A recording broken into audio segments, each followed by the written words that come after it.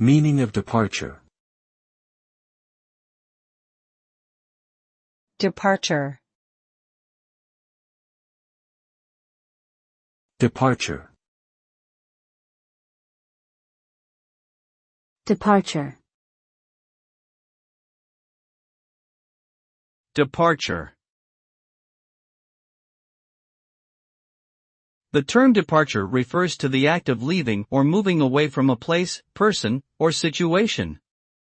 The result of a departure is the physical or emotional separation from something or someone. It may be voluntary or involuntary and can be related to various circumstances such as travel, relocation, change of job, breakup, or death. Departure often implies a sense of loss and transition, as well as the possibility of new beginnings and opportunities. Overall, departure carries the connotation of movement and change in one's life.